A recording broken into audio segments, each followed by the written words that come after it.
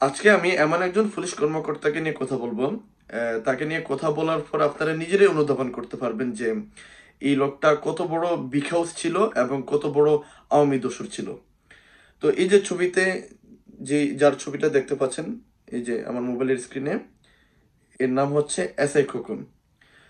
তো এই যে গত 2 দিন আগে আহ, চাঁদপুর জেলার ফরিদগঞ্জ থানার পাইকপাড়া ইউনিয়নের ছাত্র দলের একজন নেতাকে এই লোকটা যে গ্রেফতার করে নিয়ে গেছে।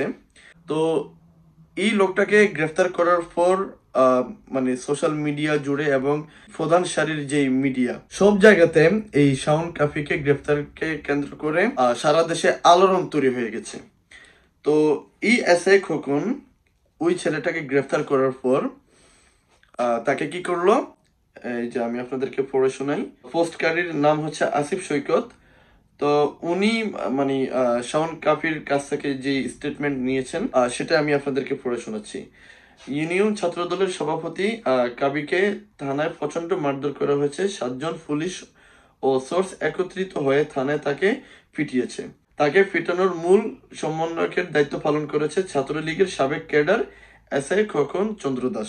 বুঝেন কিন্তু এই এসআই খোকন চন্দ্র দাস তিনি পুলিশে আসার আগে কিন্তু ছাত্রলীগের সাবেক ক্যাডার ছিলেন। রাতে সেহরির সময়ও প্রচন্ড ভাবে পেটানো হয়েছে, পানীয় পর্যন্ত দেওয়া হয়নি। কাবির অন্ডকোষ বরাবর জুতা দিয়ে ফাড়ানো হয়েছে। এসআই খোকন চন্দ্র দাস নিরীহ ছাত্রদল নেতা কাবির নামে 2টা মামলাও দিয়েছে। তো সেই 2টো মামলা কি? একটা হচ্ছে 5ই আগস্টের সময় যে থানা ভাঙচুর হয়েছিল, তো এই থানা ভাঙচুর করার জন্য একটা মামলা এবং আরেকটা নাশকতার মামলা। তো এটা সম্পূর্ণ মিথ্যা একটা মামলা আর কি দিয়েছে। তো এটা দ্বারা স্পষ্টভাবে প্রতীয়মান হয় যে এসআই খোকন তার পুরানো যেই ক্ষোভ, সেই পুরানো ক্ষোভ মিটানোর জন্য ছাত্র দলের এই নেতাকে সম্পূর্ণভাবে রাজনৈতিক উদ্দেশ্য প্রণোদিত হয়ে তার বিরুদ্ধে মামলা করেছে এবং তার উপর উপর্যুপরিভাবে তার উপর অত্যাচার করেছে। আজকে যেমন শাওন কাবি ই এসআই খোকনের দ্বারা যেভাবে ভিক্টিমাইজ হয়েছিল, ঠিক সেম আমিও আজ থেকে 1 বছর আগে এই এসআই খোকনের কাছে হয়রানির শিকার হয়েছিলাম। আজ থেকে 1 বছর আগে যখন আমি কোনো একজন ব্যক্তির দ্বারা প্রতারণার ফাঁদে পড়ি, তো সেই প্রতারণা থেকে প্রতিকার পাওয়ার জন্য আমি যখন তার কাছে যাই, সেখানে এই এসআই খোকন আমাকে আইনিভাবে সাহায্য না করে উল্টো আমার উপর দোষ চাপিয়ে যেভাবে আমাকে হুমকি দুমকি গালিগালাজ করেছিল, সেই সময় আমার সাথে আমার একজন কাজিনও ছিল, তিনিও এই ফরিদগঞ্জ থানার স্থানীয় সাংবাদিক ছিলেন।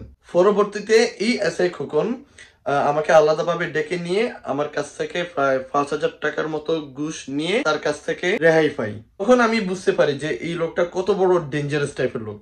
গত 2 দিন আগে এই এসআই খোকনের সাথে শাওন কাবির যেই বাগ বিতম্ব হয়, তখন সেই ভিডিওটা দেখে আমি অনুমান করে ফেলেছিলাম যে এই শাওন কাবির সাথে বড় রকমের খারাপ কিছু ঘটতে চলেছে। আমি মনে মনে যেটা ধারণা করেছি, ঠিক 2 দিন পর সেটাই কিন্তু পরবর্তীতে সত্যি হয়েছে।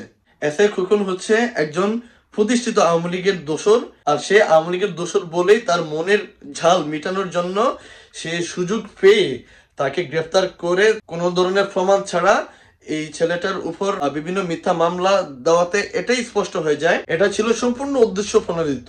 তো 5ই আগস্টের বিপ্লবের পর এই এসআই খোকনের মতো আওয়ামী দোসররা এখনো পর্যন্ত বহাল তবিয়তে সরকারকে বারবার বিতর্কিত করার চেষ্টা করতেছে। এবার চিন্তা করেন, এরকম বাংলাদেশের আরো অনেক বিভিন্ন গুরুত্বপূর্ণ জায়গায় এই এসআই খোকনের মতো আওয়ামী দোসররা এই প্রশাসনের মধ্যে ঘাপটি মেরে বসে আছে। সেই জন্য সরকারকে চিন্তা করতে হবে যে এই ধরনের আওয়ামী লীগের দোসরদের প্রশাসনে আপনারা কি রাখবেন নাকি ছাঁটাই করবেন। এটা কিন্তু খুব গভীরভাবে ভাবতে হবে। আপনারা যদি এখন এটা না ভাবেন, তাহলে যখন সামনে নির্বাচন আসবে, তখন এই নির্বাচনের মধ্যে বানচাল তৈরি করার জন্য এই প্রশাসনের অসাধু কর্মকর্তারাই কিন্তু প্রধান ভূমিকায় অবতীর্ণ হবেন।